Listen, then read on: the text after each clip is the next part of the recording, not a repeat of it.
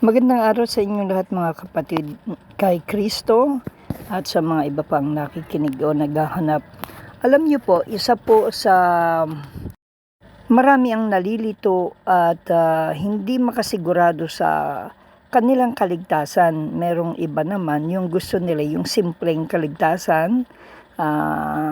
Wala, basta maniwala sila kay Kristo, ligtas na sila maski gumawa pa sila ng katarantaduhan, ng kalokohan, magtuloy sa kasalanan. Wala hong ganyang aral si Kristo. Kay Kristo, lagi niya sinasabing huwag na tayong tutuloy sa kasalanan at talagang mayroong hindi siya kikilalanin o tatanggapin dahil hindi naman sila mga genuine. Yung kumbaga yung sala sa init, sala sa lamig, sila po yung isusuka dahil maligamgam. Meron din naman pong mga taong nagpatuloy sa kasalanan na sinasabi sa Revelation 22. Sa Mateo chapter 7 verse 21 o 6:21, yun po yung sinasabi ng Panginoon na hindi niya kikilalanin yung maski nga ang galing mong mangaral palayas ka pa ng demonyo, gumawa ng dakilang bagay sa pangalan ng Diyos. 'Di ba? Na nalangin pa siya, nagpalayas ng demonyo. Why? Kasi hindi siya tumupad sa kalooban ng Diyos. Hindi siya sumunod. Ikalawa, siya ay nagpatuloy sa kasalanan, no? Hindi ko kayo nakikilala, lumayas kayo sa aking harapan mga mapagawa na masama. Yun po kasing ibang tao, yan yung type nila, yung aral na maski magtuloy sila sa kasalanan because hindi nila kayang baguhin ang sarili nila. At actually, ayaw nila magpalago, ayaw nilang baguhin yung kanilang mga kasalanan, yung sinadlakan nilang kasalanan, ayaw ituwid. Na ang gusto naman ni Kristo, ituwid, baguhin, magpatotoo, at huwag nang balikan ang kasalanan. Kaya kontrang-kontra, yung aral ni Kristo do sa aral na baluktot, na binaluktot. Type nila yung walang kahirap-hirap, no sweat. Yung kasi sabi po sa Bible sa Ephesians 2:8 and 9, kayo ay naligtas sa inyong sa grasya ng Panginoon. Sa pamamagitan ng inyong pagsampalataya at ito galing sa inyong sarili o inyong mga gawa. Ito ay regalo o kaloob ng Diyos, hindi resulta ng inyong mga gawa upang kayo ay makapagmalaki. Mayroon pang mga ilang pastor-pastora na nagsabi sa akin yan na ganyan na siya ay may kabit, siya ay kinamumuhian ng kanyang mga anak, siya ay nasa magulong buhay ng maruming pamumuhay, nasa bisyong mga lasingan, no, yung talagang ayaw ng Diyos. Sila yung kaya naman nilang ayawan yun Kaya nga lang ayaw nilang bitawan at ang nila, kaya nga raw by grace daw maliligtas. Yan ay gawain lamang yun ng mga taong nangre-rape pa, gusto pang mang-rape, gusto pa nilang magnakaw, magkurap, gusto pa ho nila yung kasalanan, ayaw pa nilang tumuwid. Hindi nila alam yung aral ni Kristo. At tinuro din ni John the Baptist ng Panginoon na talagang at di Peter na kinakailangan kayong, bago kayo sumuko sa Panginoon, kayong mga alagad, anak ng ulupong, kinakailangan gusto nyo maligtas, magsisikay sa inyong kasalanan, tumalikod sa inyong kasalanan, then magpabautis muna kayo bilang kapahayagan na kayo ay ligtas na kayo ay sa Acts chapter 2, nandyan yan, at saka nandun sa mga simula ng gospel, yung pangangaral ni John the Baptist, may requirement upang kayo ay makapagsuko ng buhay, hindi pa sa suko ng buhay. Are you ready na bang magsisi, tumalikod sa kasalanan? Didirihan mo na yung kasalanan na ayaw ng Diyos at ayaw mo nang gawin. Nagsisisi ka na sa lahat ng ginawa mo, at talagang hiyang-hiya ka sa Panginoon at talagang pagsisisihan mo lahat ng kasalanan. At yung mga ng kasalanan natin. At tatanggapin natin yung libreng inaalok ni Kristo ng kaligtasan. Na kahit wala kang magagawa at marami ka nang ginawa, nakabutihan ay hindi yung makapagliligtas, yung dugo lamang ni Jesus. Ngayon, pag tinanggap mo siya, dapat sumunod ka na sa Kanya at hindi ka na babalik sa pagkakasala at hindi ka na inaasahan pang tumuloy pa sa kasalanan. Magpapalago ka na dahil pag di ka naman lalago, paano ka magtutuloy ka lang sa kasalanan? Kaya ngayon, hindi paglago, pinuputol yan at saka itatapon sa apoy yung mga sangang hindi namumunga. Kaya baka hindi ka padikit kay Kristo, kaya kailangan sanga ka na nakadikit sa katawan, sa puno ni Kristo. Ganito yan, tayo ay makasalanan, hindi tayo maliligtas, marami tayong kasalanan, dumating ang Panginoon, inaalokan ka niya ng kaligtasan, so kinakailangan ay kilalanin mo yung inaalok niya at handa kang gawin yung hindi na babalik sa kasalanan. May requirement yun, hindi yung pag tinanggap mo siya, tuloy-tuloy ka pa, tutuloy ka pa.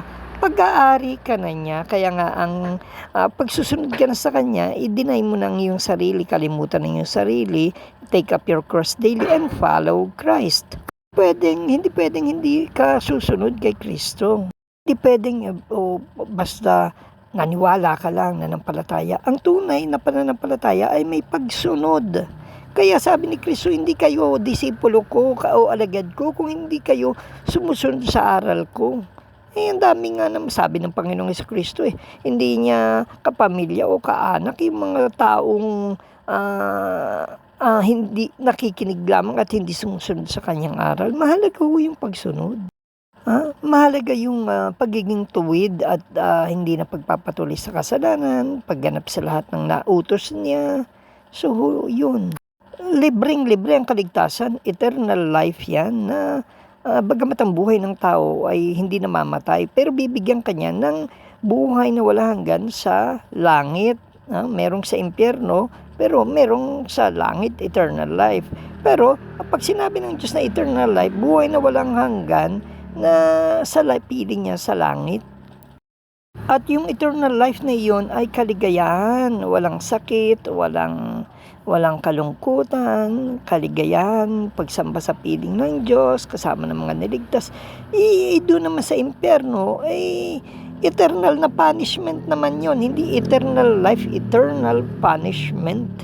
So, inaalok tayo ni Kristo. So, pero merong mapupunta ng impyerno, merong mapupunta ng langit. Merong magkakamit ng eternal punishment at magkakaroon ng eternal life. Sa langit yun. Ang iniiwasan ng Panginoon yung magmalaki ang tao na ang galing ko, ako'y mabuti kaya hindi ko kailangan ng Kristo. Kailangan mo ng Kristo maging ikaw ay pinakamabait pa, pinakamabuti kang tao, hindi ka maliligtas.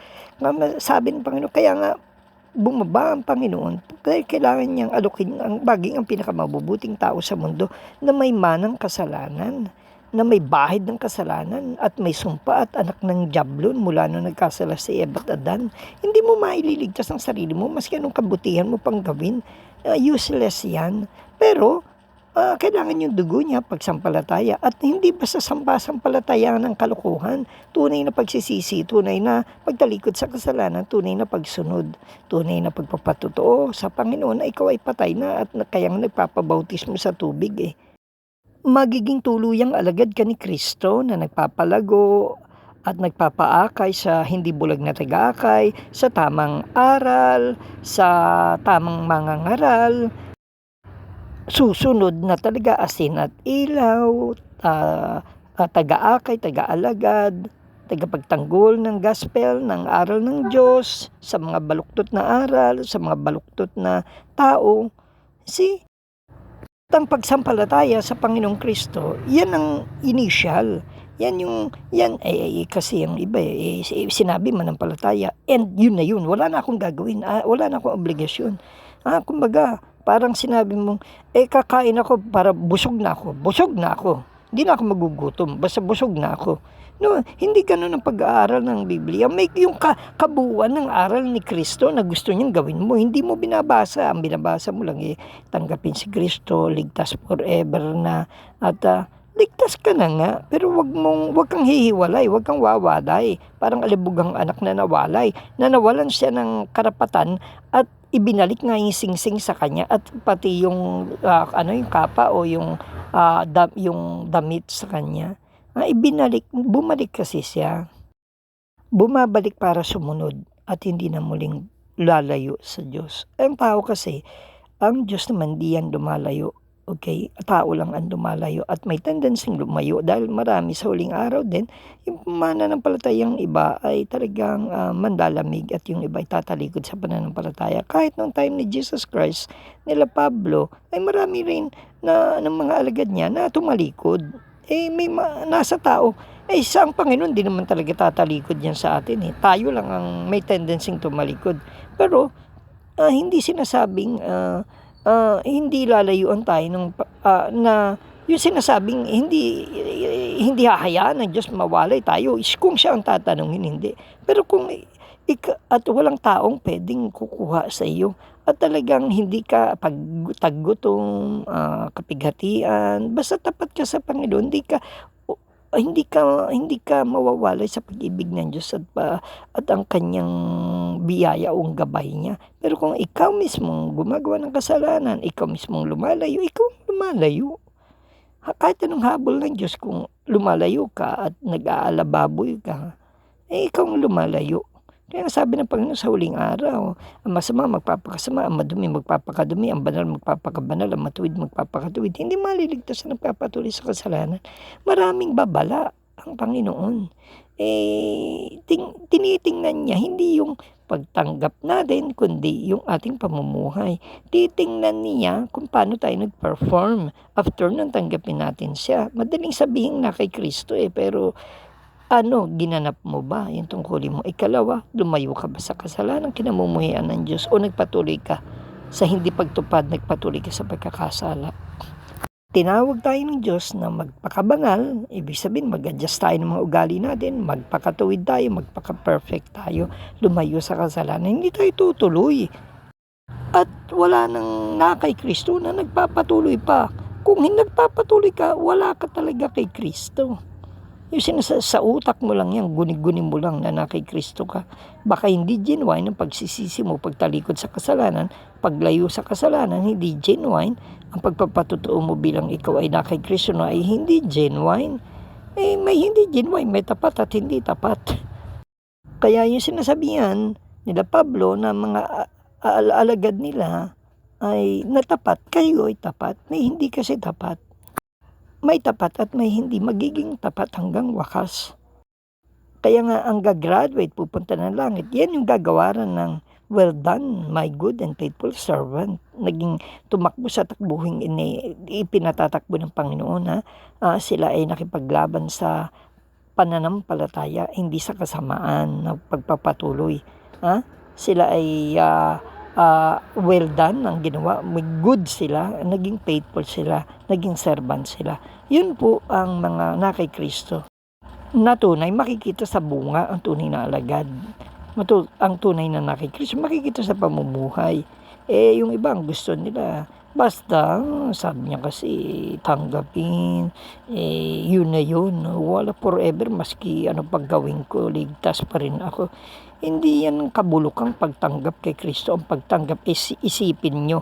Kaya bago nyo patanggapin ang tao kay Kristo, yung gaya na sinasabi ni John the Baptist, magsisi kayo sa inyong kasalanan. Kung gusto nyo maligtas, tumalikod kayo sa kasalanan, magpabautismo kayo. Hindi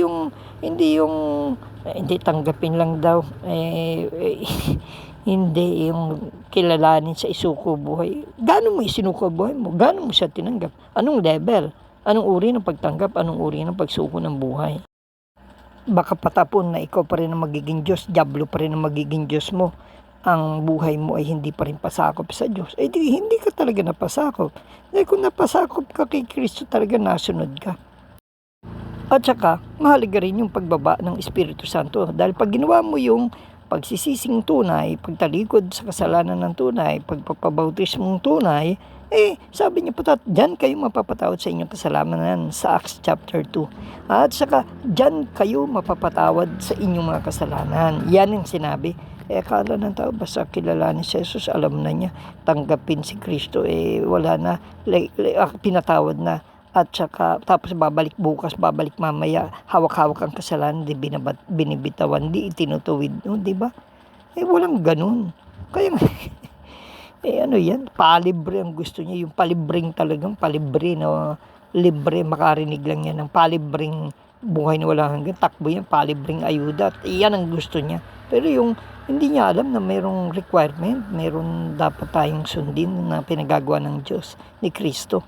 Ang gusto nila, member ka ng kooperatiba, mag-member ka ng GSIS, SSS, kahit hindi mo to pa rin ang obligasyon mo o organisasyon na inaniban mo, o trabahong nag-apply ka na hindi ka, o mag-army ka, mag-apply ka, mag-enlist ka na hindi mo tuparin yung mga obligasyon mo, aba, kailangan makikita ito sa pagtupad mo doon sa obligasyon mo, sa kinaaniban mo o kay Kristo o sa trabaho mo o sa company nyo o sa batalyon ninyo o sa kooperatiba ninyo o sa insurance policy. Tinutupad. Hindi yung mga palibring, naku, ewan, kaya pala nagtutuloy sa kasalanan yung mga iyan na gusto lamang libre ang kaligtasan, forever na iyan, by grace, by grace. Yung by grace, wag niyong binababoy. Ang grasya ng Diyos, ginawa niya yan, na talagang biyaya yan. Pasalamat kayo, inaalok kayo ng grace, ng biyaya ng Diyos, ng kaligtasan. Na kahit wala ka ng gagawin, ikaw ay maliligtas. Pero dapat dumiretso ka naman bilang patunay naman na genuine ang iyong pananampalataya. May hindi genuine na faith Merong hindi gold, kaya dadaan kayo sa mga pagsubok para matest yan kung genuine kayo, kung gold nga kayo, yung sinasabi sa Bible. Kitang-kita mo naman kung nasa kasalanan, kita mo kung nagpapatuloy, kitang-kita mo kung nagpapaakay sa dyablo at hindi kay Kristo. Kitang-kita mo bagsak sa lahat ng testing. Tapos gusto niya kasama sa langit, tapos gusto niya save siya forever by grace. Kaya marami sabi ni Kristo na malilin lang. Akala nila nasa tama sila. Na-deceive, na daya na pala sila.